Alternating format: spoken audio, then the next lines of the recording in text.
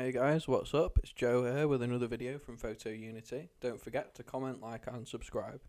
Alright, cool. So this video is going to be on sharpening. Today we're going to go through the whole panel and I'll explain to you what each slider does so that you can get a much better understanding of sharpening. It is one of the more complicated things to understand, but let me rest you assured that it's a subtle difference, but it does make a big difference to your pictures. And editing is all about making lots of small differences to make a massive overall difference to your picture. Cool. So to start off with, you have this little guy here. If you click on that, as you can see in the little square panel there, as I'm moving it over the image, it's basically targeting a certain area. I'm going to go for this area here because it's quite a nice textured area and it's a little bit further away in the distance. Alright, so we can now start moving on to the sliders. So you've got your amount slider here. This controls how intense the sharpening is. So if you move it up, you're going to get more sharpening, and if you move it down, you're going to get a lot less sharpening. So I normally take it to about 70. That's quite a nice area, sort of 70, 80. It depends on the image and it depends how sharp you have it and your own personal preference. You don't want to go too crazy with this though. It can ruin your picture if you make it a little bit too sharp. So let's stick with 70. Then you've got your radius slider. So this controls how far from each pixel the amount setting, this setting here, is allowed to affect neighbouring pixels. So if you turn it down, it's going to get more sharp, and if you turn it up, it's going to get less sharp. So I normally take it down to the maximum of 0.5, then it's going to be affecting a lot more pixels. That's just my personal preference though. Then you've got your detail slider. So this works to preserve details retained in the high frequency parts of the image. It doesn't work on standalone pixels. It has an emphasis on edges within an image. So we're going to grab this guy and we're going to click on an edge here so we can see what it's going to do to it. So as I'm moving it up, you can see that the edge is becoming slightly more defined. I normally take this up to about 100. That's normally where I like to have it. I really like sharp defined edges in my pictures. That's just my personal preference though. Like, experiment with it, go for it, go wild, do your own thing. Cool. So masking is the next slider we're going to go through. This basically controls where the sharpening is going to be applied to the image. So if you hold down the Alt key as you're dragging this slider, you can see that some of the parts of the image are going black. Those black parts of the image are not being sharpened, and all of the white parts of the image are being sharpened. So if we start at 0, everything's being sharpened, and as we move it up, some parts of the image are being sharpened and some parts aren't. I'm going to take it up to about here, because I don't really like to sharpen my sky. That's, again, just a personal preference, but I don't really like to sharpen my sky. I like to have my details in the foreground a lot more sharpened than the sky. I like the sky to be a little bit softer. Then you've got your noise reduction panel. So this is a little bit complicated, but it does make a big difference, especially if you've got an image that has a lot of noise in it.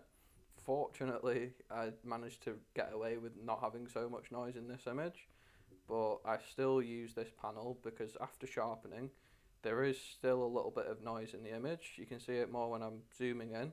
Noise is basically like the grainy pixels. You get a little bit of grain in it. I shot this ISO 100, so I'm fortunately not going to get that much noise in it.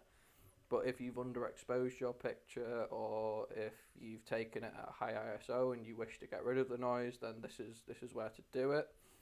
Usually I add about 20, that kind of area to it, not to overdo it, but not to completely get rid of it as well. I do like reducing noise in the picture, even if it is very minimal. This slider is actually really good for, say, if you have someone with, say if you photograph someone that's a bit older and they have wrinkles, you can use this slider if you turn it up quite a lot to get rid of the wrinkles. Cool. So you've got your detail slider. This works to preserve details retained in the high frequency parts of the image. It doesn't work with standalone pictures. It's got an emphasis on the edges. So you basically undoing kind of what the luminance has done. You're not undoing it, but you're basically retaining the details that the luminance has taken out. That's a better way to put it, yeah. You're retaining the details that the luminance slider has taken out. So if I slide this up to, I normally take this quite high, sort of 80, somewhere about there is quite nice.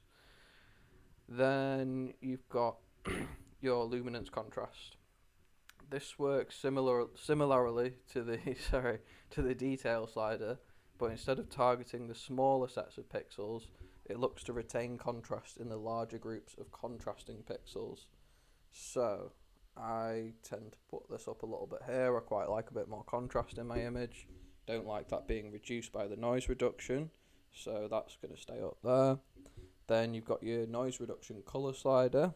This is here to help reduce the color noise and variance in the color pixels.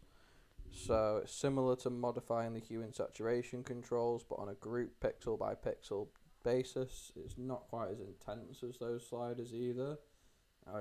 Again, I like to take this up quite a bit. Then you've got your color detail. This looks to retain the difference in between your colors. So it's targeting smaller sets of pixels again, and the higher you move the control, the more your color variance will be retained. I'll probably take that right up. I think that's looking pretty cool now. It's got a really nice sharp effect to it. And then finally, you've got your smoothness.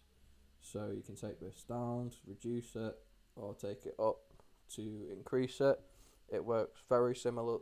It's very similar to the detail slider, and it doesn't target small groups of pixels. So I'll probably take that up to about 63, and then there you go. And you can see it before and after. Like I said in the beginning, it doesn't make a massive difference to your picture, but like I said, it's all the small differences added up that makes a huge difference to your picture overall. If I zoom in here, you should be able to see more of a difference. You can see it is sharpening it and making it a lot clearer. I would definitely recommend you to have a play around with these settings, experiment with them, see what you like to do. And this panel is definitely more important for me than the noise reduction panel. I really think that these 4 sliders make a huge difference, and the noise reduction luminance also makes a massive difference. These sliders are important, but for me personally, I think these 5 are the most important, and I would just play around with them and see what you like in your own photographs. Thanks for watching, guys. Hope you have a great day, and don't forget to comment, like and subscribe. Awesome.